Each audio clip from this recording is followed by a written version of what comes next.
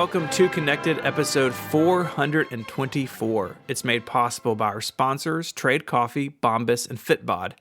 My name is Stephen Hackett, and I'm joined by my friend and yours, Mr. Mike Hurley. Greetings, Stephen Hackett. Hello. And I'm joined by Federico Viticci. Ciao, Federico. Saluti from Italy. Hi. You said greetings, and it only felt appropriate. It's like the more fancy. Yeah, to have a regional version of my, being welcomed onto the show. So, yeah. I'm, never mind. I'm not going to make that joke. We should just start. On. No. What is the joke? No, go on. I want to hear it. What is the joke? I was like, Federico was younger, right? Living a wild life. I don't think Federico ever lived a wild life, but he was in a band. He lived a wilder life. I'll tell you that. We call it time.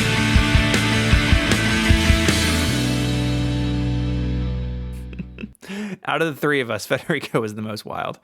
I don't know if this surprises y'all. I never really partied. Does that come as a surprise? It does not surprise me, no. I gotta say, Stephen, you strike me as a person with potential for a midlife crisis. Oh, wait, hang on a second. Federico, do you think that those 13 iMacs weren't one? No, I'm talking Porsche midlife crisis, like that. Stephen buying a bike, that kind of stuff. Like a motorbike. I think, like a Harley. Yeah, exactly like that. Like young Steve Jobs on a Harley type midlife crisis. Dude, young Steve Jobs on a bike, that's a vibe. I know. It's a whole vibe. I know. I agree with you. You've seen the photo.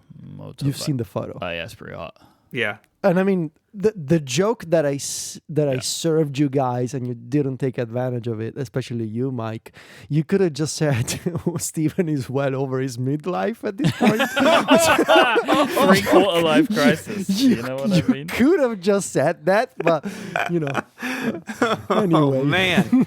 Honestly, I was kind of too taken aback with the idea of that, like Stephen having a midlife crisis. Mm-hmm. Like, I think I kind of want that for you, Like, not the crisis part, but like, just like a thing that you find in your life and you just But like the Mike and I text with each other and we're like, hey, what's going on with Steven? And you're like, hey guys, I bought a Maserati. It's like, have you spoken to Steven recently? Does he seem okay to you?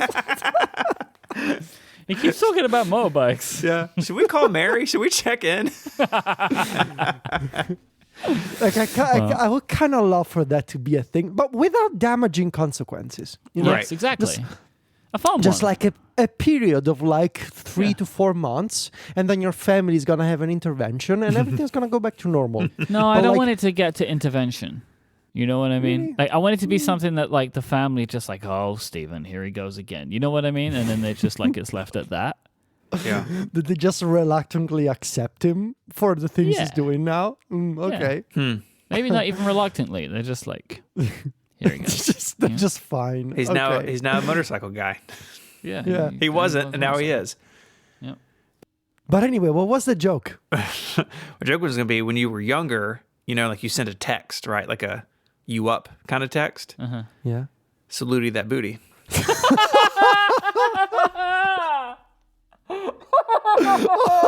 Okay. Okay. You know what the great thing about that is? There's two good things about this. One, that is hilarious. Two, you can't cut it now. No. We're way too deep into this tangent now. I salute you, Stephen. Well done. Thank you. We Didn't know salute you had in this in fact. you. I can salute you. Well done. Well done. Okay. That's one to be proud of. Honestly, you should be proud of that. I actually think Stephen may have just started his midlife crisis. I think that's it. Maybe it starts with this. Yeah, that's with the beginning. An off-the-cuff joke on a podcast. Yep. And we'll see where it goes from here. I've got good news, Mike. The Apple polishing cloth is no longer reserved for people like Mr. Viticci, who are quoted often in the New York Times, because I have one. It is on sale for $17.49 for Amazon Prime members. I have one. Wow. Big money Hurley. You have one. Well, I do, but it came for free with my $6,000 display. Yeah, because that's big money. I just bought one when it came on sale with the MacBook Pro because I was like, oh, maybe I want that. Like I ended up buying it before it was a meme, right? Like I just added it to the cart because it was suggested. I was like, oh yeah, I might want to clean the screen. But it's actually, I think, a terrible cloth for cleaning the screen. It's way too much friction. Yeah, it does have friction. Yes. I You're agree. only supposed to use one side of it. Wait, what? Let me get mine out. No. Hold on. Yeah, I think you're What just are you supposed to use saying? the side without the Apple logo. No. Don't they feel slightly different? No, hold on. Maybe I'm making this You're up. making me, Hang on, I'm you're going to... making me, No, they feel the same. I don't know what K-Base. you're talking you're about. making me second guess the Apple cloth here. polish No, because if they made a cloth which has only works on one side, that's the worst product ever made. It's not a two-sided cloth, Steven. It's a cloth. It's reversible. Yeah. Man, I'm trying It's, to find... it's one piece of material. Trying to find Apple... Like it doesn't have like a cloth. Does a cloth have sides? Well, I mean, this No. one does have the one side that has the Apple logo on it, right? So I guess it does have sides. Yeah. I don't know. Does it feel the same though? Let me see. Okay. There are directions on how to clean the polishing cloth. No, I don't think it has sides. No, the sides are not different. They're Okay. not different. I thought they won't were, but accept maybe this. not. Maybe not. Maybe one of them feels different because that's where you sprayed some cleaning product or something. Yeah. I don't know. Or you just did all of the polishing of the one side of the cloth, and now you've worn it away. It is a nice cloth. Put that back in the drawer. Anyways, on to regular follow-up. Federico, last week you mentioned kind of offhanded that you were going to try to hook up an Apple TV to your studio display, and I was wondering if you had gotten to that because we had some emails about how you were going to make that work. Yeah, I still have not done it because I figured I'm gonna buy a separate Apple TV for the office. I don't want to unplug the ones that I have in the bedroom and living room because it's a whole mess of cables, and I would prefer not to touch them right now. But I can tell you that I will try this soon. I will get one of the new Apple TVs for the office. The adapter that I have, it's called a Club 3D adapter, which is not like a great name, I know, but it's the name of this company. It's Club 3D. The model I have, it's called the Club 3D. Let me see. Where is it? Club 3D. Oh my God, how many things do I buy on Amazon? Club 3D CAC 1336. Is it's like the new version that supports up to 4K at 120 hertz, or if you are real fancy, 8K at 30 hertz, which I don't know anybody with an 8K display, but you can choose between these two modes. Again, that's the Club 3D. It's called an active adapter, CAC 1336. It came out, I think, this summer. And it's got an HDMI in plug on one side and a USB-C port on the other side. And it's very clearly labeled. It's got arrows that say source on one end and display on the other end. The idea is that you can plug this into your Apple TV, then run a Thunderbolt cable from the adapter to the studio display, and it should work. The only downside that I already know of, because I did my research, is that audio will not work. You will not be able to pass audio to the studio display speakers, which means you will either have to have a HomePod minis or something on your desk, or just use AirPods. But that's not a concern for us, because the idea was that we are going to use my office as a spare bedroom if we have a guest. And it's easy enough I am going to have, I think next year, I'm going to have new HomePods anyway. And also, we are going to provide our guests, I suppose, with complimentary headphones for when they're staying over if they want to watch something before bed. That's part of the full-on Tichy service over here. So, so that's not a bother. Here's your goodie bag. Yes. It has some Hi-Fi Man, something, somethings, you know? Only the best. Not giving hi-fi man to guess. It's AirPods Max, and they're engraved with the initials, and you get to keep them after your trip. That's nice. I think John's really going to like it. Because face it, this is John's spare bedroom, right? Like that's who you're building this for. And my mom's, I suppose. Hopefully at different times. But yeah, well, I mean that's the hope. So yeah, I have the adapter. I've been to one true dad. I'm sorry. just please come on. No, you're just terrible. This midlife crisis is not serving you well so far.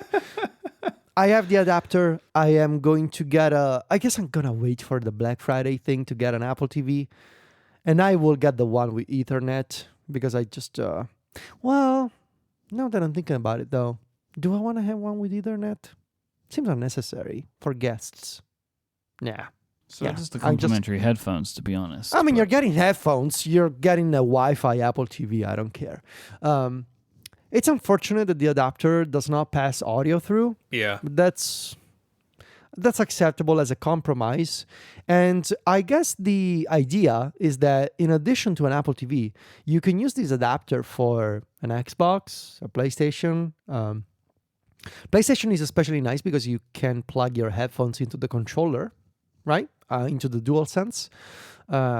So yeah, I am going to set this up by this weekend or next weekend, and I will report back as of whether it works or not with the Studio Display.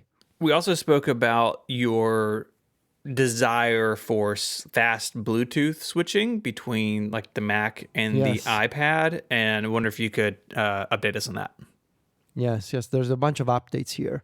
First of all, something I want to say is clamshell mode on macOS. I'm realizing now, 13 years into my career, is excellent, right? Clamshell mode, what an invention. I love it. Like I'm using it right now. There's the MacBook closed on my desk and looking at the Studio Display. Beautiful thing. Why does iPadOS 16 not support this? I know. Like why? It's silly. Like anyway.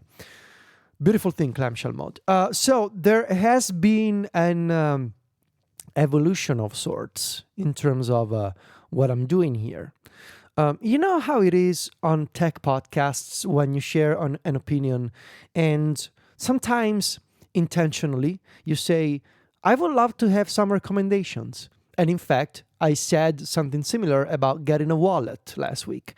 I personally said with intention, please send me recommendations, right? Mm-hmm. And tons of people were kind enough to send me recommendations, and I bought a wallet with a built-in AirTag Very holder. good to have that info sometimes, you got the power. Yes. Yes, right? Sometimes you ask for something and the people, the listeners, are kind enough to spare 2 minutes of their time to send you a link. And that's I love it when that happens. Mm-hmm. Other times, what happens is that you share an opinion, and regardless of your intention, you also get recommendations from people, right? Even if you didn't ask for them. It's a double-edged sword, Yes. That's how it goes. Yes. And it comes with the territory, being a white guy on a tech podcast. It's, I'm not complaining, but it's how it works. And people are just trying to help. I mean, I don't think anyone's I don't think our listeners are being like intentionally troublesome. A lot of people told me, I hear you on the Magic Keyboard and Magic Trackpad thing. You should try the Logitech stuff, right? The Logitech keyboard and mouse. And after the 10th or so tweet, I was like, you know what? I'm just going to do this. Went on Amazon. I believe you explicitly said this. I'm not going to do this, right? You said, don't tell me about other company because I don't want to do it. Yeah, exactly. I believe you said it. I said that and still. Mm-hmm. And still. So one day I just went on Amazon and I ordered the MX keys for Mac and the MX Master 3S for Mac. And so I've been using this for the past couple of days, and it's equal parts fascinating and infuriating at the same time for me. And there's a bunch of things that I just wanted to mention here because they're just opinions that I saved today as I was preparing this for this show. The first thing I will mention is that coming from a trackpad, after years of trackpad, right? First with the Magic Keyboard for iPad, which came out in 2020, and then with the external Magic Trackpad, going to a mouse scroll wheel is horrible. The scrolling is terrible. Like, it's choppy, and it doesn't feel as smooth as scrolling with the Magic Trackpad. It doesn't support the rubber banding type scrolling. Like, it goes up and up or down, but it doesn't. It's not like one fluid motion when you're scrolling with the mouse wheel. It's terrible. Like, and I don't know how to describe it, but it doesn't feel as nice as the Magic Trackpad. You can choose between two types of scrolling with the mouse. You have like the ratchety one and the fluid one. You just gotta press a button and you can choose. I'm not sure which one I like. There's another scroll wheel. With the ratchety one, if you just move the wheel fast enough, it goes to the smooth. Oh, I just found out. Yeah. Thank you. That's the way to do it. So you get best of both worlds. Okay. I've been setting up some of the buttons on iPadOS, which is different from how you do it on macOS. On macOS, you have the Logi Options app, and you go in and you have this visual preview of your mouse, and you can click on all the things and you can customize and you can assign things like a keyboard shortcut to a button. But that's not possible on iPadOS because even though now there's driver kit on iPadOS, so in theory, this kind of accessory customization should be possible, but there's no, that type of integration is not here. So all you can do is you can set up mouse buttons as assistive touch shortcuts on iPadOS. And I've been doing that this morning. And it's nice. I mean, I forgot how nice it was to be able to say, show the dock with the press of a button, or show spotlight, or another thing that I'm doing, the button under your thumb, that one is also a customizable thing. And so whenever I click that, I can reopen my dashboard note. So it's like one click and it runs a shortcut, reopens my dashboard note, and I can save a thought. That's cool. But the problem is, well, another nice thing I want to say, switching between devices is in fact very nice. You can just press a button, and you have iPad is 1, Mac is 2, and I can just alternate between 1 and 2, and they instantly switch over to macOS or iPadOS. Very nice. The problem is the MX Keys keyboard does not have the globe key, and I realized that I'm now using the globe key for a lot of things on iPadOS, from Quick Note to multitasking shortcuts for Stage Manager and the App Switcher. There's a bunch of commands that rely on the globe key that are just not possible with the MX keys. To which you may reply, well, you can remap the keys, except you can't, because for whatever reason, if you have the MX keys for Mac, which is the one I have, and you go to settings, keyboard, hardware keyboard modifiers, the FN key, the function key, does not show up as a key you can remap. And Use by caps lock. default, no, because see, this is one of the things you should know about me. You love to shout. No. I was never formally taught how to use a keyboard. Okay? So I feel kind of ashamed to confess this. I wasn't either. Yeah, me neither. Okay, but well, you guys are better than me. What can I tell you? Well, how? Because How are we better than you? I do something that is wrong and ugly, but I do it. Okay. Like still knowing that it's not something I should do. And the thing I do Talk about a midlife crisis. for a silly reason that I know. Okay, here goes. I use the caps lock as a shift key. So whenever I need to do like an uppercase key, instead of pressing shift, I press caps lock. So I see the light. And then I turn it off again. I never use the shift key. What? So if you're I'm typing sorry. your name, Yes. caps, I do. F, I do. caps. Caps. F, cap. Yeah. Wow. Yep. I've been doing that forever. I'm so like I told you. All right, Federico, do you look at the keyboard when you type? Very often, yes. I cannot. I gotta look. Yeah. Okay. And so why don't you and just... to add insult to the injury, I also use two fingers. I just type with my two index fingers. You're a hunt and pecker. Like lots of people are like that. I'm mostly like that. But that's wild to me. Like if you know that you can just use the shift key. Yeah. That's really interesting. Why don't you do it? Because the caps lock makes me feel more like, okay, caps lock is engaged. Like it's more like, oh, I see that it's activated. It's a stupid thing. But now it's so ingrained in my muscle memory. They're just doing the caps, F caps, like that, like caps. Type caps again. That's why I cannot use caps lock as a keyboard modifier. Discord right now has been on several people are typing for like the last 45 seconds. Yeah, I'm like, man, that is... Yeah, and you didn't know this about me. Wild. Yeah, that is wild. Huh. Okay. I mean, look, we all have our weird things, you know? That's just your weird thing. I do like shift as a keyboard modifier for keyboard shortcuts, obviously. And sometimes... Like I've tried to be like, okay, you gotta stop using caps lock. Use the shift method. And also, I think it actually, I'm gonna give you maybe a reason why I do this. Because I use the two index fingers to type, I think the problem is when shift is something you need to hold with one finger, right? So that you can type letters, the shift version of the key. But because I can only use the two fingers, I find it uncomfortable to hold shift while typing. Oh, yeah, I never considered the one on the right. Well, of course you don't, because you never think about the shift at all. Yeah. I never use the shift on the right. I don't think. Yeah.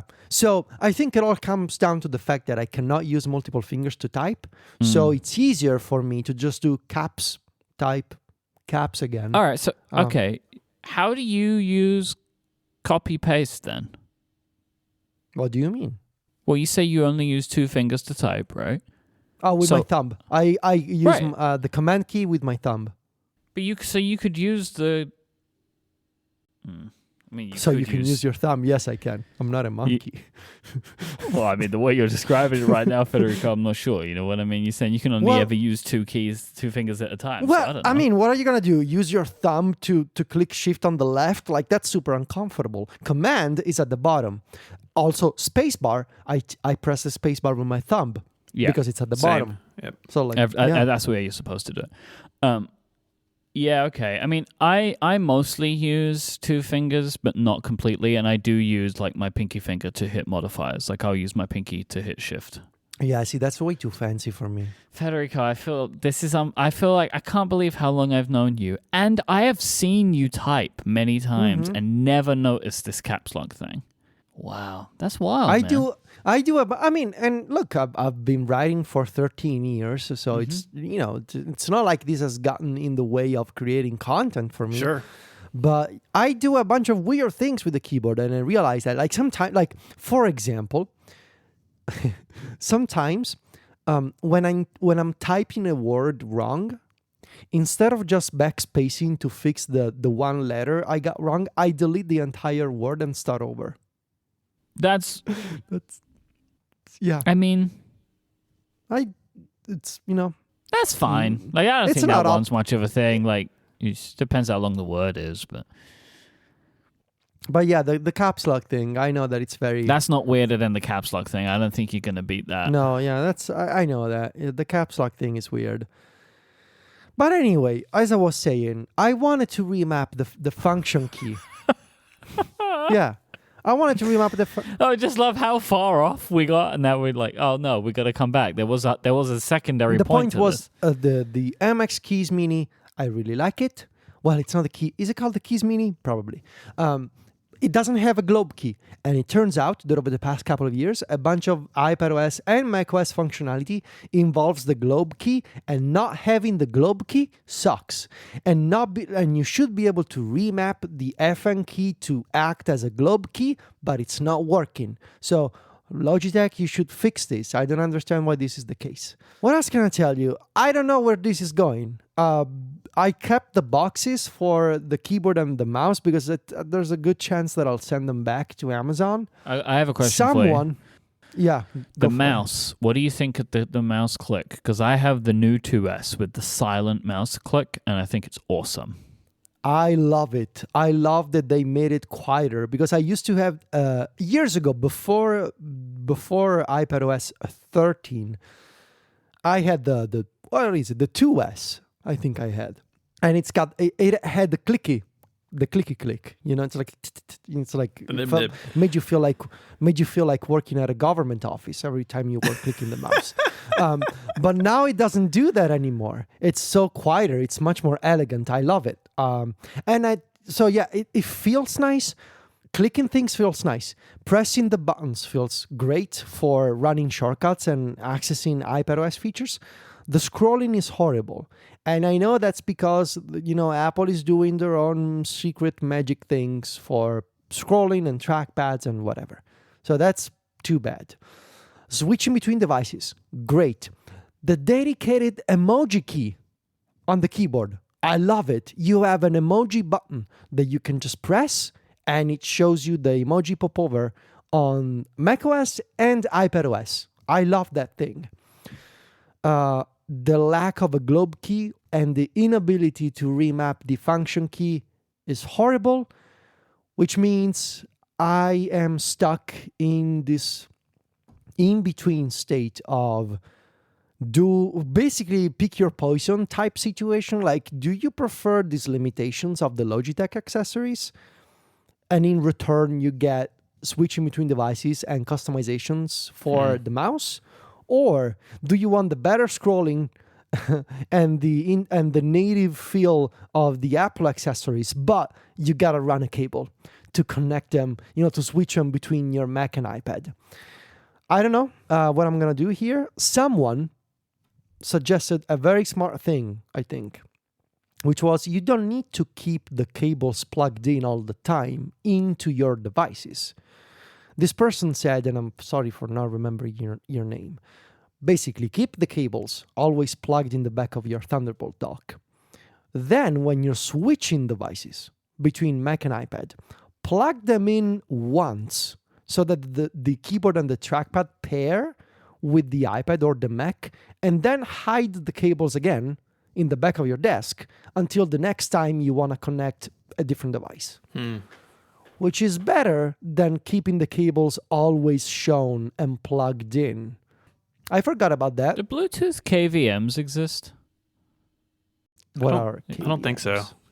A KVM is a box where you can plug a mouse and keyboard into, and then you would be able to plug from it into two separate devices and flick a switch between them. Right, so you would be able to have a physical switch of device 1, device 2. I just wondered if a Bluetooth something like that existed, where you could be these are both connected to this, and then this one sends it to that one, this one sends it to that one. Yeah, I don't know about that. David in Discord is saying that you cannot remap the FN key, that it would break the keyboard. That is not the case, because on the you have your function keys on this Logic keyboard. They work without pressing FN. You can just press the function keys and they work, like media controls and emoji and whatever. So in other keyboards they let you remap. Who needs function keys? Yeah, but really you can just press them once. I'm pressing F9 all the time, man. I'm just F9 in. Yeah, just who needs them? Yeah. So I don't know. I don't know what I'm gonna do, but I am using this right now. I basically I need to understand what I hate more: the limitations of the Logi stuff or the cables. So yeah, we'll decide within a couple of weeks, I guess, until I have time to return this on Amazon. And lastly, Federico, you spoke about how long mail took to open, and listener Ryan sent in a link to a Mac Rumors forum, and it seems to have fixed your issue. Ryan, thank you. This worked like a charm, and mail is now incredibly fast. I've never been so efficient at opening mail until your trick came along. This is beautiful. It's all It involved deleting a cache file somewhere, which I just I did what the Mac Rumors person said, and I did that, and it worked. A properties.plist file, apparently. And now Mail is... You made Mail great again, I guess is what I'm trying to say. This episode of Connected is brought to you by Trade Coffee. The holidays are approaching, so it's time to start thinking about what you're going to gift your loved ones. If you're looking for something to get even the hardest person to shop for on your list, look no further than a personalized coffee subscription from Trade Coffee. This makes it so simple for you to discover new coffees and make your best cup of coffee at home every day. Because Trade partners with the nation's top-rated independent roasters to send you coffee that they know you'll love, fresh to your home and on your preferred schedule. Whether you already know what you like or you're new to specialty coffee and need some help, Trade makes it easy and convenient to discover new coffees. Mike, tell me about your experience with Trade Coffee. I like new coffee, right? I like to experience coffee from different places, but I don't know what those places are, right? How am I going to find the places? Trade helps me do that. So they work with a bunch of roasters and they send me some interesting stuff. And then at the same time, I'm not only having great coffee, I'm finding out about new roasteries that I didn't know about before. It's great. Trade Coffee is the perfect gift for loved ones. They make it easy with their digital gifting options for last-minute shoppers, or their coffee and equipment bundles for something under the tree. Treat yourself or the coffee lover in your life with Trade Coffee this holiday season. Right now, Trade is offering our listeners a total of $30 off a subscription and access to limited time holiday specials at drinktrade.com/connected. That's DRINKTRADE, drinktrade.com/connected for $30 off. Our thanks to Trade Coffee for their support of the show and Relay FM. We like talking about weird chargers on the show, and this Anker 3-in-1 really caught my eye. It's a charging cube. So I put this in the show notes a couple of days ago, and then I opened it this morning, and there's a note from Federico that you got one. It's beautiful. I love this thing, man. I mean, first of all, it's a cube, right? So you know that it's going to be a good product when it's cube-shaped. It's true. Right? Name a single cube-shaped bad product. I can't. They don't exist. You can't. Everything that is cube-shaped is perfect. I mean, ice cubes. The cube. You know, GameCube. The cube Apple made. The Mac. This charger. Bad. No. It was bad. It looked good, but it was a bad computer. No. The next cube? Can be. It cannot be because they're cubes. So what can this charge? Because when you look at it, it's kind of hard to work out, I think, because like things like fold open and slide out. Yeah. So what does it do? Yes. So it's a MagSafe certified accessory. So it's not like Qi charging masquerading as MagSafe. This is proper MagSafe.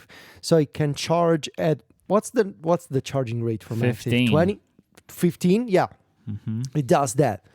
It comes with a 30-watt adapter in the box. So thank you, Anker, for doing that. So here's how it works. By default, it's all closed. It looks like a cube. And there's a hinge in the front of it that you use to fold open the stand, the MagSafe part where you're going to drop your phone. And it stands upright, right? So I'm doing this now. I fold it open. The base, I guess the upper part of the cube folds open. Then it becomes a MagSafe charging stand for your phone. Once that is folded open, in the back, right, there's a charging pad for Qi charging. That's where you can place your AirPods case, right? So your AirPods, they go beneath the phone in the back of the cube. Then on the right side, this reminds me of that viral tweet of the guy showing off a desk with all those buttons. You guys have seen that video. And then you press this button and this drawer comes out. You know what I'm talking about. No, you know what I'm talking about. It's that viral tweet from like 2 weeks ago. Like the guy showing off this crazy complicated desk with a bunch of hidden compartments. I haven't seen this. No, it's a great video of like, I don't know what it is, like a local TV commercial or something from the 80s or the 90s. It's an old video. And it's like there's this guy showing off like a wooden desk, and he's like, and then you press this button and this drawer comes out. And want to hide your objects? Well, you place this other button and this compartment opens up. It's a good table. Oh, come on, it's a great video. You gotta watch that for video. someone in Discord to find it, but anyway, I don't know it. Once you folded that open, you press a button on the right side of this cube and the Apple Watch charger comes out. It's like a tray. Like you push and it comes out. And it's got a charging puck for the Apple Watch. It's like this thing is lovely. I really, really like it. The one complaint I have is that I guess in order to make it a cube, so it's got to be even on all sides, I suppose. I do wish it was just a tiny bit taller, because the 14 Pro Max is like floating just above my desk, like 1 millimeter above my desk. Like it's just, it's basically touching the surface of the desk. And I do wish it was a bit higher. Similarly, it's a bit strange to put the Apple Watch on the puck, because you need to close the watch band on itself. And even when you do that, you can tell that it's like, it could have used like 1 centimeter more in terms of height. But otherwise, this is like, I saw this at the Apple Store, got it right away. It's perfect. Like for someone like me who likes to, like especially now with the always on lock screen, like being able to see my widgets and the time while I'm recording, and also charge the watch and AirPods at the same time, it's perfect. And it's a cube. And now I will find the video. I'm finding it. I found it. Someone put it in. No, but that's not it. That's not it. That's a parody. No, that's not it. Oh, really? Hold on. Is it? Let me see. I see this tweet. There's a Socrates in there. No. Okay. Hold on. So it's not the one with Socrates in it then? Did you click the link in Discord? Yeah. Yeah, that's not it. That's not it. It's an Okay. older video. This cube, to me, so ugly. Like, Oh my God. I don't want this thing sitting on my desk. Like on my bedside table. Where do you have this? On my desk. Obviously. It's ugly. It's so ugly. It's so utilitarian and like, to me, not a fun way. Thank you BG on Discord. That's the video. All right, I'll watch this video. That's the video. That's the original. Yeah. And the music. It is the I same love desk, the music. though. Well, it might be the same desk, but the original guy has a different energy. And I love using the gloves. I love the use of the gloves to open all the secret compartments. This video is hilarious. Well, I feel like if you have a desk with secret compartments, you need gloves. They Yeah. just go hand in hand. I just love that he's talking, and the very nice lady, she's like doing the job for him. She's like, I don't understand the setup. Why is the guy just explaining and the other person is doing the actual work with gloves? Have you met men?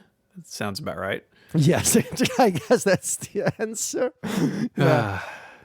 But yes, so the vibe of this charger is that, and then you press a button and this happens. Yeah, I love it. And it's a cube. Man, that is wild. That video is wild. Apple has shipped emergency SOS via satellite if you have an iPhone 14 and you live in the United States. It is coming to France, Germany, Ireland, and UK in December. Federico, don't get into any emergency situations, I guess. Too late. I'm already in danger. So there was my cube is falling on me. There was a newsroom article. There are a couple videos. I just had two. We're going to have in the show notes. One giving a demo, and the other, she interviewed some people from Apple about it, which is really interesting. This just popped up in iOS 16.1. There wasn't a software update. Like, it didn't come with 16.2. It just wasn't there, and then it was. So I guess they had some sort of flag hiding it, and they said, yes, you can have it now. It works basically the way that we expected, the way Apple said that it would. But what's cool is in the settings application, there is a demo. And so you can go find that, and it turns your cellular off, and it tells you to point your phone to a satellite, and then it does a demonstration of how the text messages work. So I did this. It found a satellite in about 20 seconds. And I'm assuming, actually, I shouldn't assume that. I don't know if the demo actually talks to a satellite or I just was waving my phone around like an idiot because it told me to, but it tells you aim your phone here, and it, was connected, quote unquote. And then you could send messages, which took about 10 seconds to send. Again, a demonstration. I don't think they actually went anywhere. But I thought it was really interesting that they had that, so you can kind of be familiar with the user interface before, God forbid you need it. Well, it's also smart because people will try and use it, right? Right. If you don't put the demo in there, and then you're just going to be flooding these contact centers, right? I see. I think that's why they put it in there. It's just so it stops YouTubers from contacting emergency services for 4 days. I watched iJustine's video where it looks like she's doing it's in Apple Park, I think, is where she's doing it. It is, yeah, and she's funny. I was like, I'm in the middle of nowhere, and the camera pans over real quick to show you Apple Park. And there's also just the people that she's with just keep giggling, which is also very funny because she is being very funny in the video. It's actually very good. So the two videos, one's the interview, one's the demo, and the UI, it looks so smart. And I don't know how they're doing it, right? Where it's just turn left. The satellite's over there. And then when you're when you actually get to the point where you're sending text messages, which I didn't know. I thought it was all pre-canned stuff, but you get to a certain point where you do start sending actual written messages. I think that there's two modes. What would a pre-canned satellite message look like? Help, I'm stuck. Are you hurt? And it's what's wrong now? I'm hurt. I'm lost. I was picturing something that kind of thing. So you're tapping these buttons. I was picturing more the messages that the Roomba sends you, help, I'm stuck on a cliff. Yeah. If you're stuck on a cliff, it's a good time to use this feature, to be fair. Yeah, it's a good one. But I think it came back to me then as I was talking. I think places that have the ability to text, you can text them once you've gone through the initial part. But places where they rely on phone calls, it's you're relaying it and then to Apple, right? Or to a relay center and they're passing it along. So maybe it's not text. But it was really interesting that when you're doing those text messages, there's this compact UI of the satellite connection thing. So you can be texting and it can be hey, turn left now, the satellite's moved. And I think it's a fascinating piece of technology that they've built here. It's really wild. I hope to never use it, but when the demo comes out, I'll try that for funsies. But yeah, it's really interesting tech. Yeah, and in the interview, she's talking to the guy in charge of satellite technology at Apple. It's I didn't know that was a job at Apple, but this guy has it. And talking about, is it Globestar, I think is their partner here. And it is really fascinating. And it's free for 2 years from when you activated your phone. So I guess the clock has already been running for those of us who got launch iPhone 14s. It's still no information about what it looks like it would cost moving forward. But I could see myself very easily, if we're going on, this summer when my wife and I were in Colorado, right? Hiking in a bunch of very remote areas. If I could turn this on for a month, I would have it on during that trip, right? I don't need it day to day. So I'm hopeful that whatever this looks like when it's a paid service, that it has a lot of flexibility. And my guess is that that it'll be something you can basically turn on and off, maybe iPad data kind of. So, but yeah, it's here. And again, hopefully no one has to use it, but I feel better. It's like the car crash detection. I feel better knowing that I've got a device that has this capability. Do you think we'll ever get to the point where if you pay for Apple Satellite Plus, you get priority rescue? I hope not. Good grief. Well, I mean, I actually it's an idea. No, I think that I think not. At a certain point, you'll be able to have less ads through iCloud Plus, and I could certainly imagine it's and satellite detection. They already have the thing. I think it's part of iCloud Plus where there's the when you die thing, right?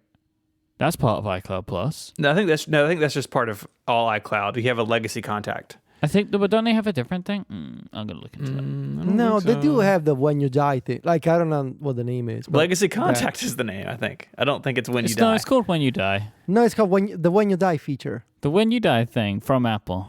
It's hyphenated. The When You Die feature. Yeah. This episode of Connected is also made possible by Bombas. Gift giving is hard, but Bombas makes it easy with socks, underwear, and t-shirts that feel good and do good. They feel good because they're thoughtfully designed with soft materials, and they do good because every item you purchase, Bombas donates another one to someone in need.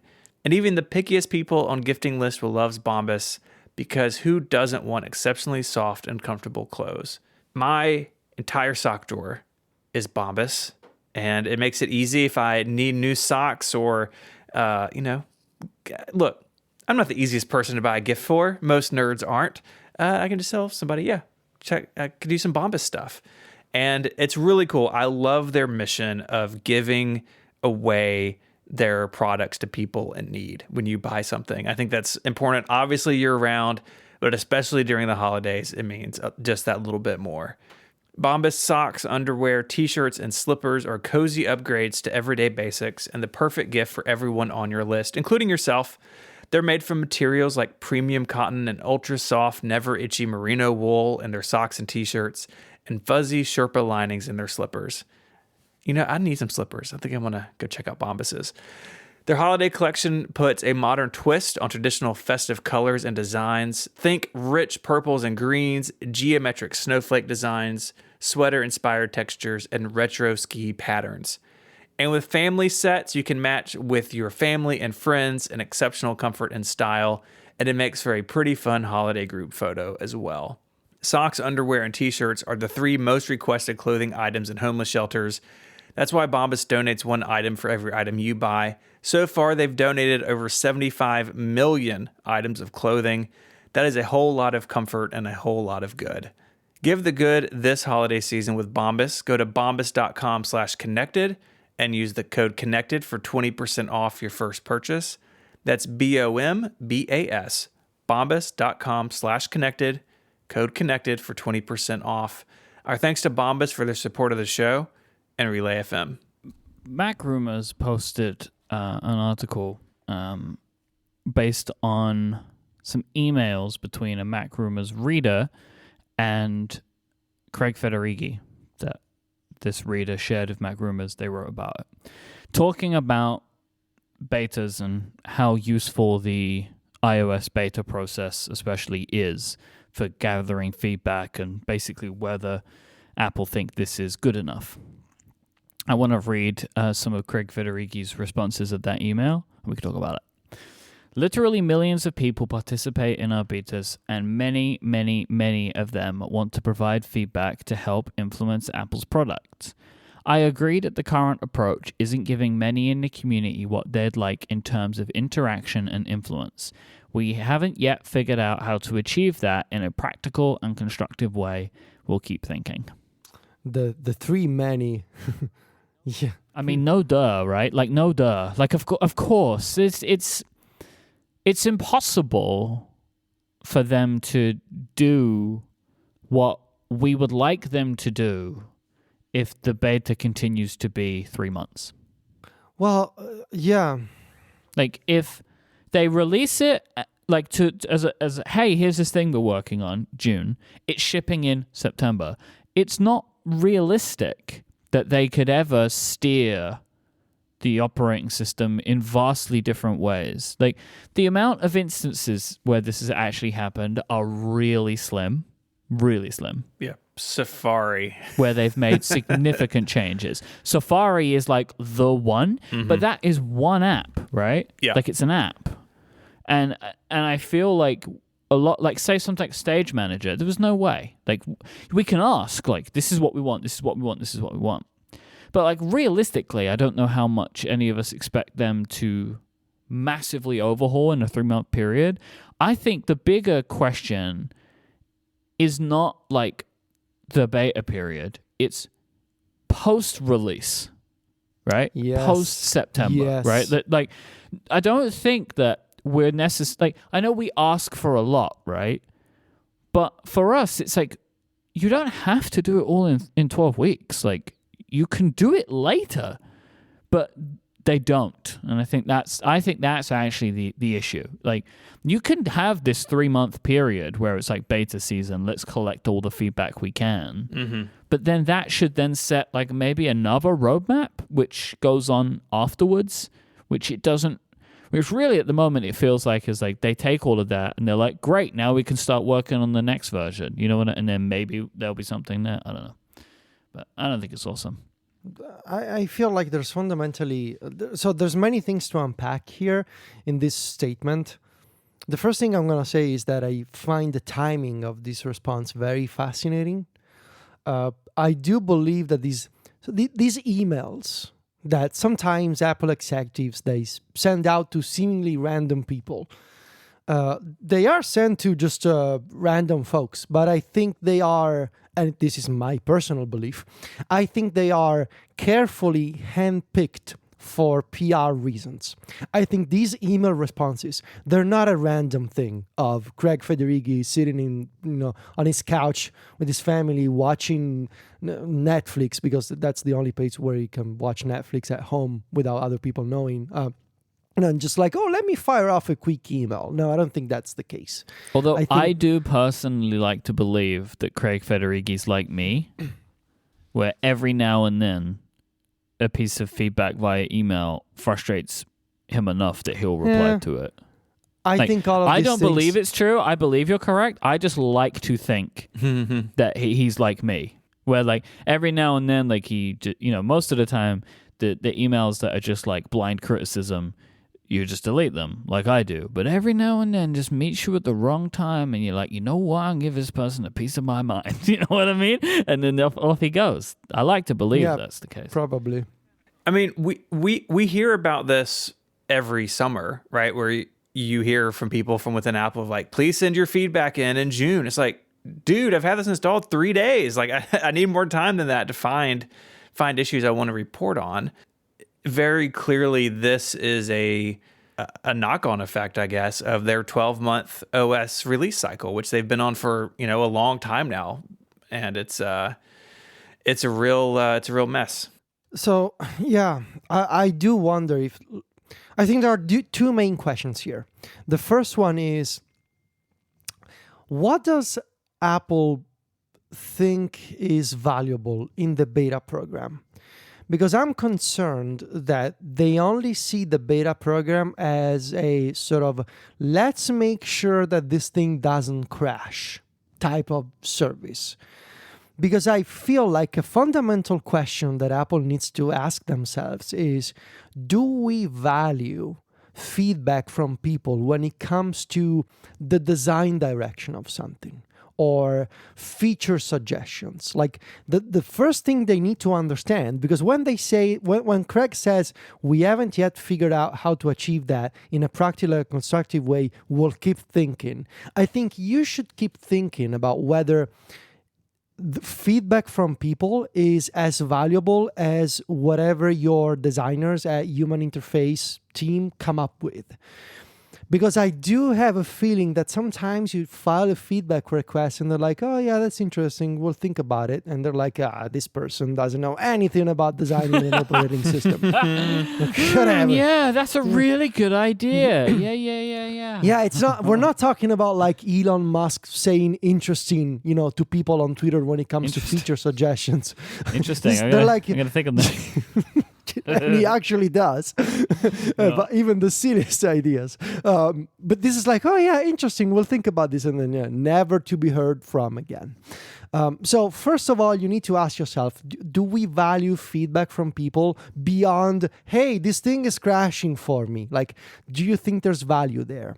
And the second question / problem is, I wonder if all of this is based on the underlying issue that everything that you file as a feedback to Apple arrives with a 3-month delay, basically. It's like the worst game of telephone ever, where you're filing feedback in June and you may or may not see a response to that at some point in August, right? I mean, we're seeing now changes to Stage Manager based on suggestions from 5 months ago. So like it's impossible to file feedback and have an immediate response, because first, that's how Apple operates. Whenever you see a beta, that beta is already from 2 weeks ago. And so many times you're like, hey, I have this problem. And you get, behind the scenes, you get the Apple engineer that's like, okay, that's from the older seed. That's from 2 weeks. I mean, Craig Federighi literally said this at the talk show in June. Like, oh, yeah, that's from an older seed. It'll all be fixed in the next version that we are testing. It's like that delay doesn't help people. But there's also the problem of, because Apple operates this way, sometimes, many times actually, I wonder if they're like, okay, it's December. We are now catching up on these requests from July. Do we want to add them in the iPadOS? I'm using 16 as an example now. Do we want to add them in the iPadOS 16 cycle? Or, might as well save them for 17 and people will keep using this thing for another year. But I guess we're cutting them and we're saving them for the next big release. Like, this delay doesn't help anybody, and it's got this compounding effect, I think, in terms of you have a time delay and you have this line drawn between users and designers. And now, don't get me wrong, nobody wants Apple to become a company where, it's like design your own feature. Like, we pay Apple good money because they have great designers designing great things for us, most of the time. But sometimes you have feedback about a very particular thing, and there's the general sense that you are being looked down upon during the beta process in the feedback system, which... It's a whole other thing we could get into. Like, sometimes you get the response, an engineer has determined that your bug is actually something that behaves on purpose. And you're like, works as intended. Works as intended. Like, okay, I just spent 30 minutes filing this very detailed request and that's the response I get? Great. So yeah, it's a time thing. It's a separation of roles thing between users and designers. And it's... I mean, no surprise that you're finding that that this is working out as you expected. And the timing is also interesting, right? After this whole thing with Stage Manager this summer, which one way or another has captured the discussion in blogs and podcasts, now you come up with this email. And the how many did he use? Many of them. So the three uses of many makes me think this is a conversation they've had lately over and over about, like, why do people dislike Stage Manager even though we had a beta program for 5 months? And I think that's why this email is coming out now. I know a lot of people in the community are frustrated by this sort of thing, right? Like, why would I take my time to file a feedback or send system diagnosis files or whatever it may be if it's just going to be ignored or go into a black hole? How do you approach that, Federico? I mean, do you think that feedback is valuable? Do you think it's a waste of time? Like, where do you come down on it? Sometimes it's exhausting because I am one of those people that keeps a list of bugs, spends some time every couple of weeks converting them into feedback items, and I keep track of those feedback items in the same note. But I do this for a living, right? I literally write about this stuff, and I do this because in many cases it's in my own best interest to keep track of these feedback items. And I should add, I also have the privilege to be able to send these items behind the scenes to people who, in theory, should be able to work on them. And for the right team at Apple, it works beautifully as a system. Now, most people cannot do this, right? Because they don't do what I do for a living. And so I know that it's frustrating to spend time in your day, especially for stuff that requires a detailed explanation or steps to reproduce a bug, and you got to take a screenshot or you got to record a video and you got to have all the reproducible steps. It's time in your day that's going out as essentially you're doing free contracting work for Apple in that case, right? You're a free consultant doing A/B what's it called? Quality assurance for Apple for free. And you don't get anything in return. And I know plenty of folks who file hundreds of feedback items during the summer. And what do you get in return? Nothing. So this may sound silly, but I do believe that one way to improve the feedback system would be to gamify the feedback system. Give people some kind of reward for filing detailed reports. Give them, I don't know, iCloud subscriptions or something. Like, give them something. You gotta reward people. If you're gonna ask people to do work, because this is essentially work, right? You're telling them, I give you the privilege of testing software in advance, and we would like you to file feedback. In return, have this little prize for you. This may sound silly, but trust me, it's not. Like, not the same, but it reminds me of like the bug bounty programs or whatever. Like, and I know it's because of security, blah, blah, blah, blah, blah, like, right? Like, and I get the idea. It's the same idea. But it's like if you tell us and don't sell it to a bad actor, blah, like I get it. But it's like a thing where maybe people are more willing, even if it's for less money, because they're still compensated for their time and effort by filling in the paperwork or whatever. Exactly. Great point. But then it's also the matter of how you deal with this internally, right? And we can know exactly how radar or now feedback works internally, but from our point of view, it looks like a bit of a mess. Sometimes you get a response years, and I'm not exaggerating this. Sometimes you get a response years after you open the feedback item, totally out of the blue, be like, engineering has determined that this works as intended. I got an email like this a couple of months ago for something that I filed in 2019.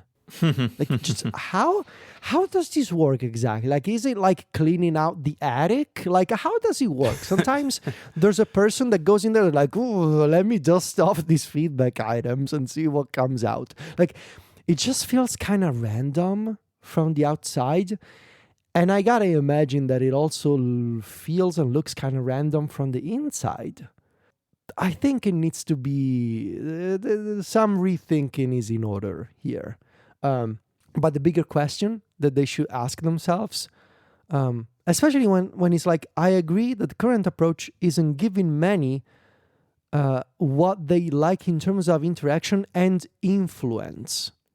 I think that word, this is why I find this email so fascinating. The use of the word influence is interesting.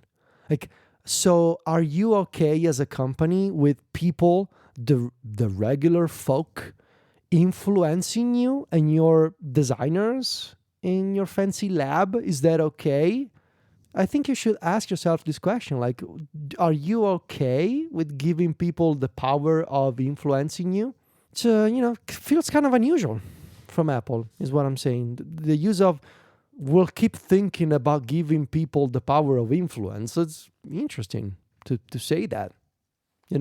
Can you imagine? I mean, I hate to say this, but can you imagine Steve Jobs saying, "Yes, I will love the influence of the people on me"? I don't know. It feels unusual from Apple.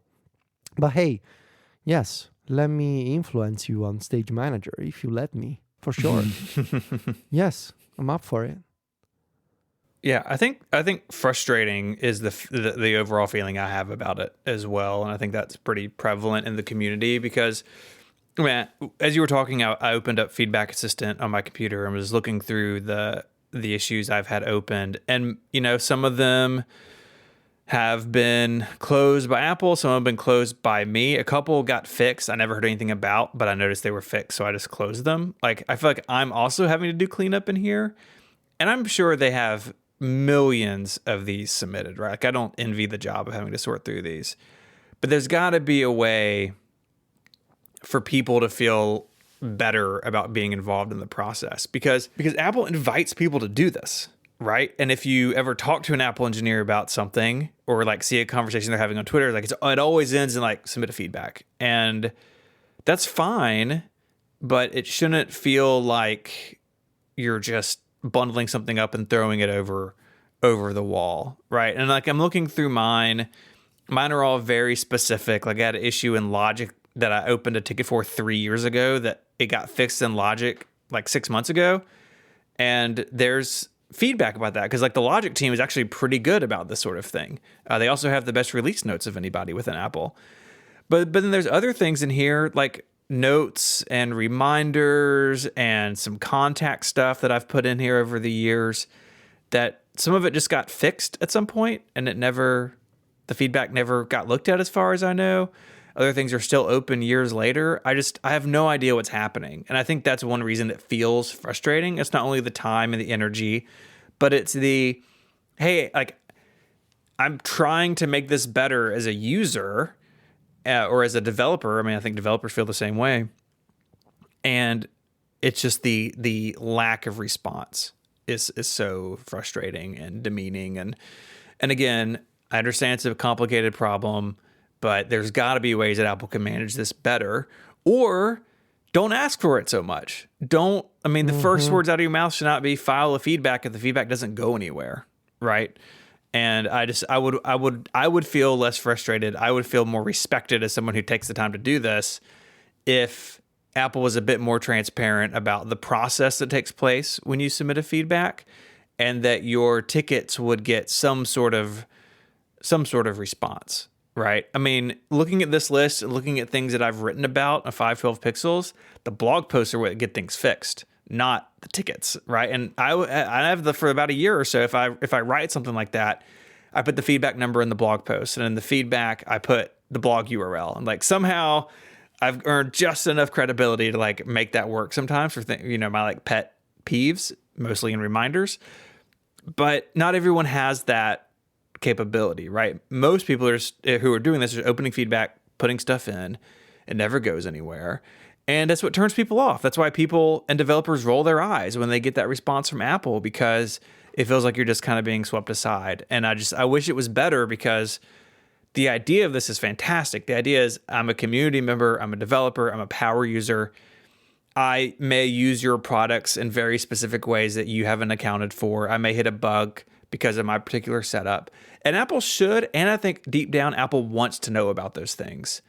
But whether it's the overwhelming number of them or developers at Apple feeling like they're above this, whatever it may be, it's just a bummer. And like it could be so much better for all of us, Apple and its user base, but instead it just sort of breeds this frustration. Occasionally we get an email from Apple that gets leaked on Mac Rumors that kind of explains something way more than anything I've ever gotten back in Feedback Assistant.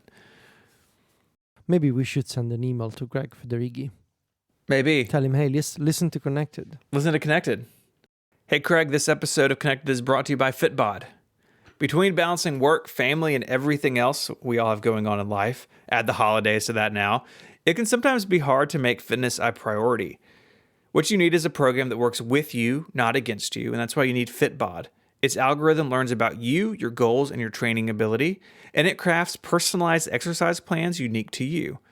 Their app makes it incredibly easy to learn exactly how to perform each exercise. One of my favorite things in Fitbod is the video, so I can see somebody doing the movement, doing the exercise, and that way I know what I'm doing is what I'm supposed to be doing, and that I'm not doing it incorrectly, which may lead to injury or a workout that's just not as beneficial as it could be. Personal fitness isn't about competing with other people. You don't want to look to what others are doing, trying to stack up to them.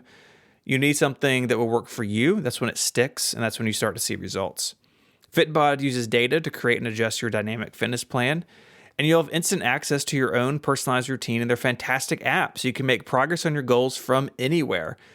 You can put in Fitbod the different equipment you have available to you. So if like you're traveling, you're at a hotel and It's kind of a limited set of things. You can go in there and tell it, okay, I have access to this, and it will rebuild your exercise. You can do body weight only exercises, really flexible, so it can adapt to you wherever you are. Fitbod does so much work to make sure they customize things to suit you.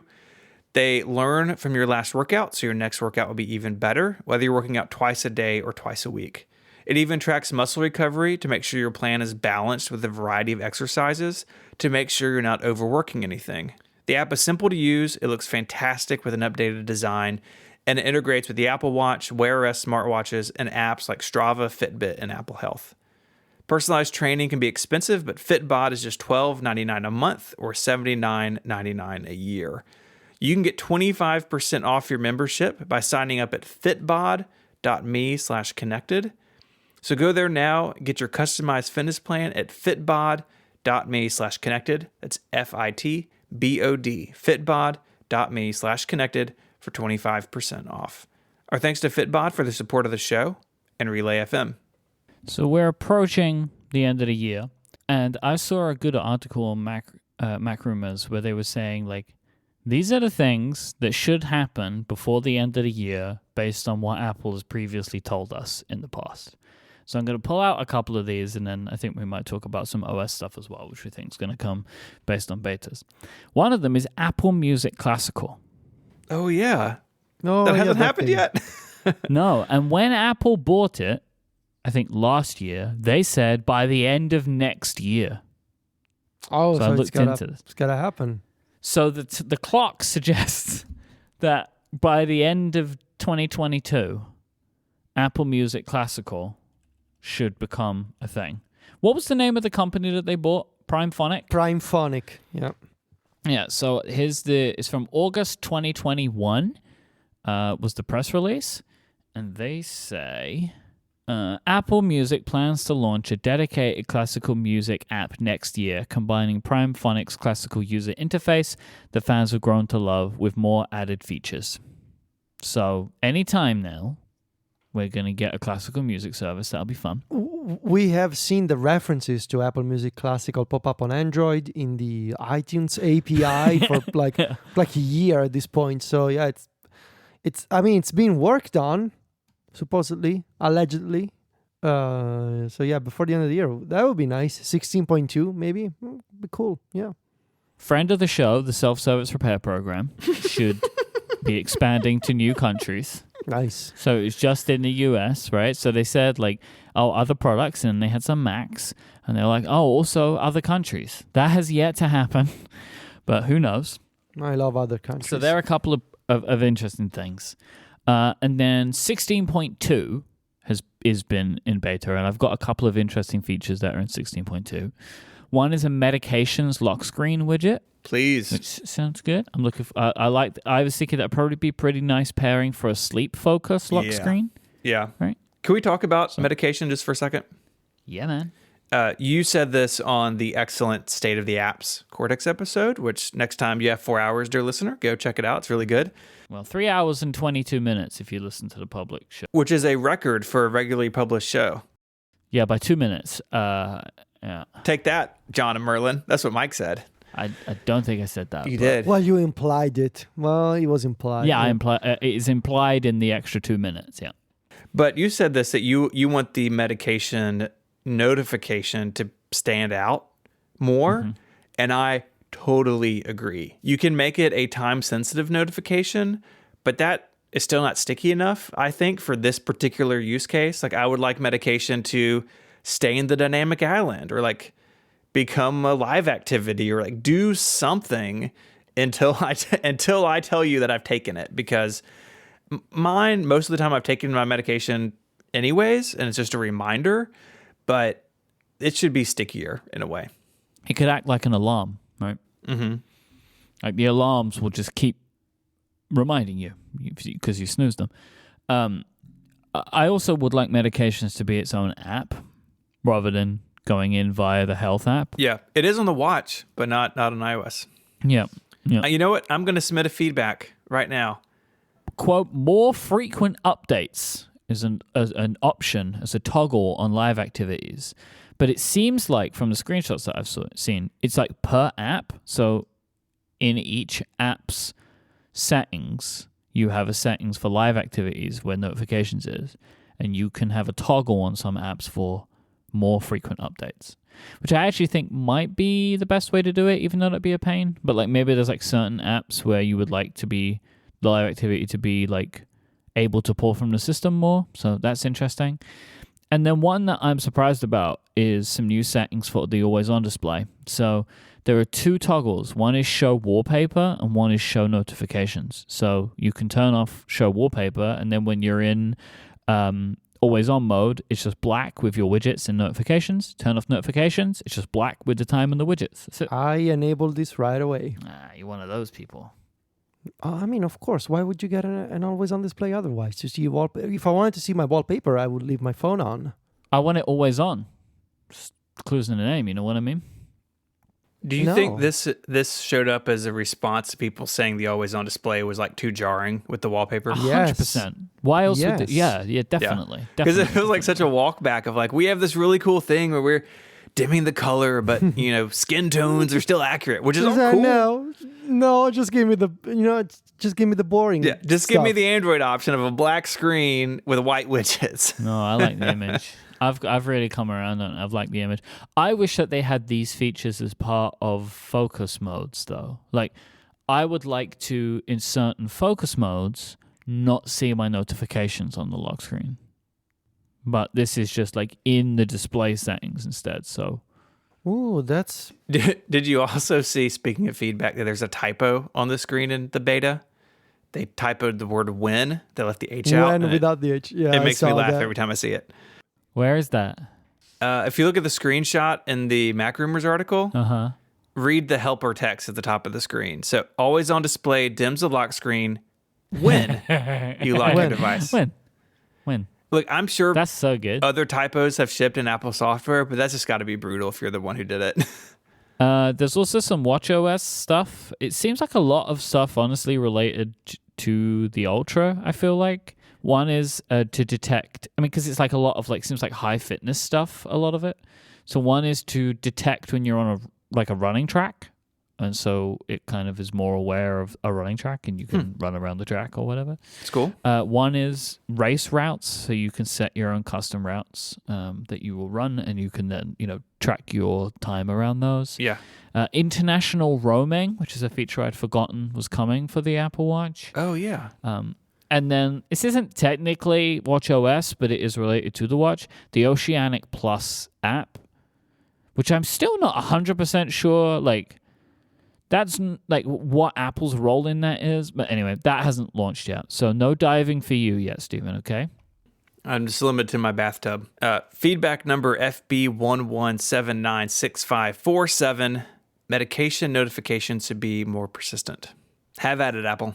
Can I file a request without doing the feedback? Can I ask for something extremely specific and hope that it happens? Yep, just put it out in the world. Manifest, baby. Okay, I want this to exist, and I've mentioned this multiple times over and over during the summer to people who would have the power to fix this, but it still hasn't been fixed. Okay, it's very specific. Okay, reminders, smart lists. All right, I want to be able to create a smart list. Okay, that excludes multiple lists. Yes. Dude. Yes. Right now, you can only exclude one list. It's actually worse than that. So the MPU that comes out on Sunday, we talked about notes and reminders in detail. In reminders, you can only use a criteria type one time. So Yes. if it's include or Yes. exclude, you can only name one list. Now, smart folders in notes has Yes, the ability exactly. to select Yes. multiple folders. It's like, are these written by the same company? Precisely Yeah. what I told multiple people. I use this very example. Why is it that in notes you can create a smart folder and exclude or include multiple folders, but in reminders, it's not the same with lists. Yep. Yeah. So that is the feature that I am manifesting right now. It will exist before the end of the year. I am choosing to make this happen. This feature will exist before the end of 2022. You can mark my words right now. All right? That's how this works. They are marked. I guess if Craig is looking to rethink, like, what was it? We'll keep thinking.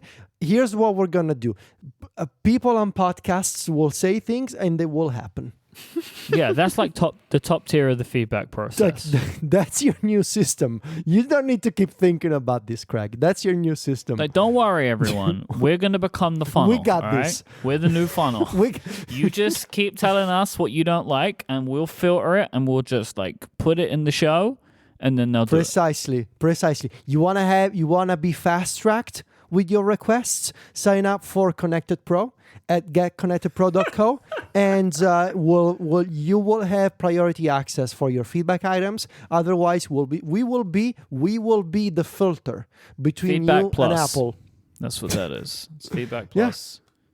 Just sign up at getconnectedpro.co, and you'll get fast feedback. So, Steven will get his medications stuff. I will get my smart list filters before the end of 2022. Guaranteed money back otherwise. What do I get? I don't know. Ask for something. Ask for something. I would like to be able to shift click on the dock and add an app to a current stage. Yes. Agreed. There you go. That's what I would like. Do it. Okay, we'll get that before the end of the year. Manifest, baby. Might be a little tricky with the holidays, but end of the year / first 2 weeks of January. Yeah, you just got to work hard. Got to be hardcore. Yeah. It's working That's for Twitter. the way to do it. Yeah. Apple 2.0, all right? Everyone's going to be hardcore. Apple 2.0, 3 guys, one from Italy, one from the UK, another from it's us. Tennessee. Yes, it's us. Oh, okay. I wasn't expecting that. All right. Apple 2.0 is taking feedback requests from 3 guys on a podcast that act as a funnel. We are the funnel. Getting the data from the people. We love the people. Power to the people.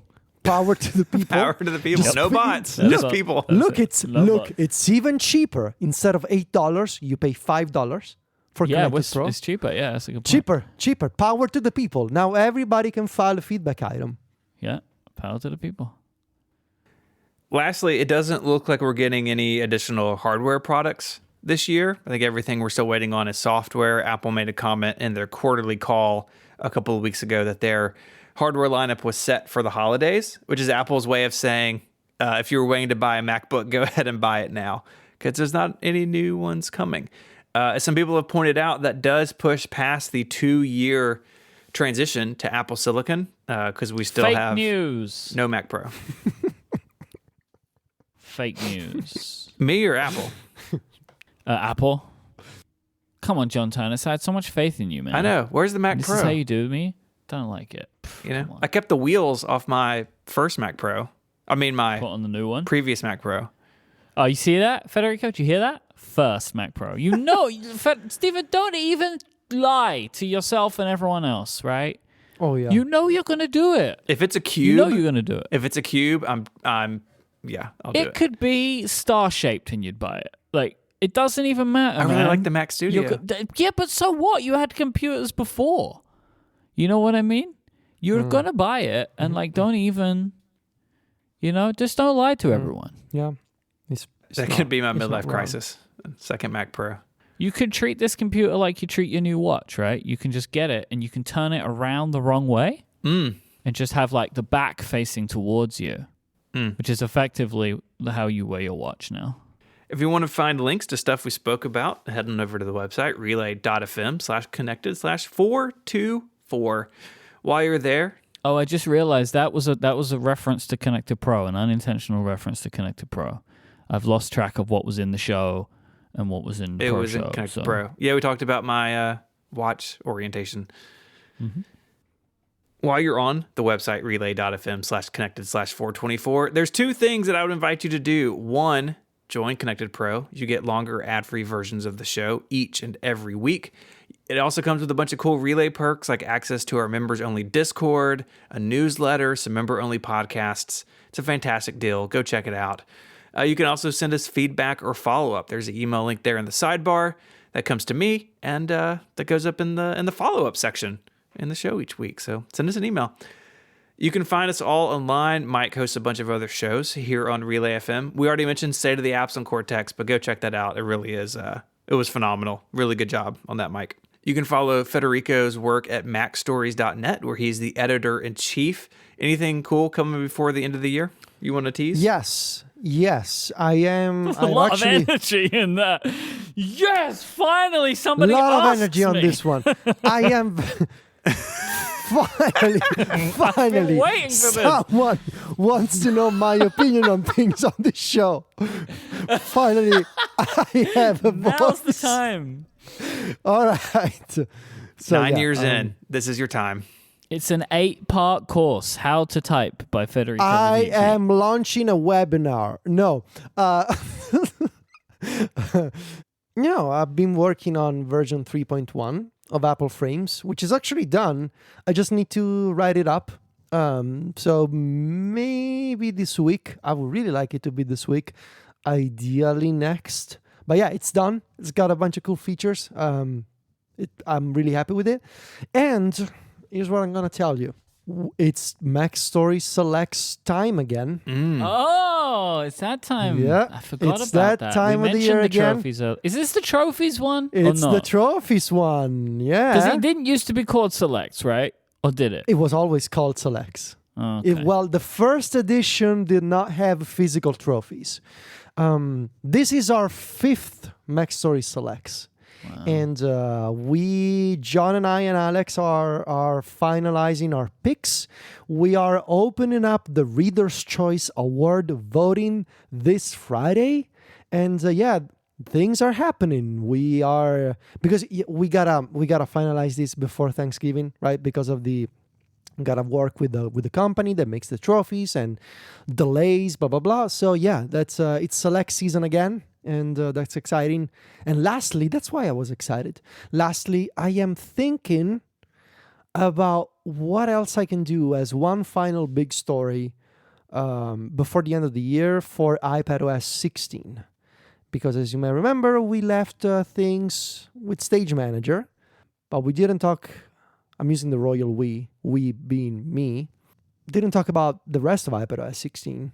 Right? So I kind of want to do something there before the end of the year. Thank you for letting me share about my life. You're welcome. I'm very excited for Apple Frames 3.1. Very excited. Oh yeah, it's going to be, if you're into, I basically made Apple Frames scriptable, which is neat. Like you can now make shortcuts for this shortcut, which will make more sense. Yo, dog. Well, will make more sense. Nice.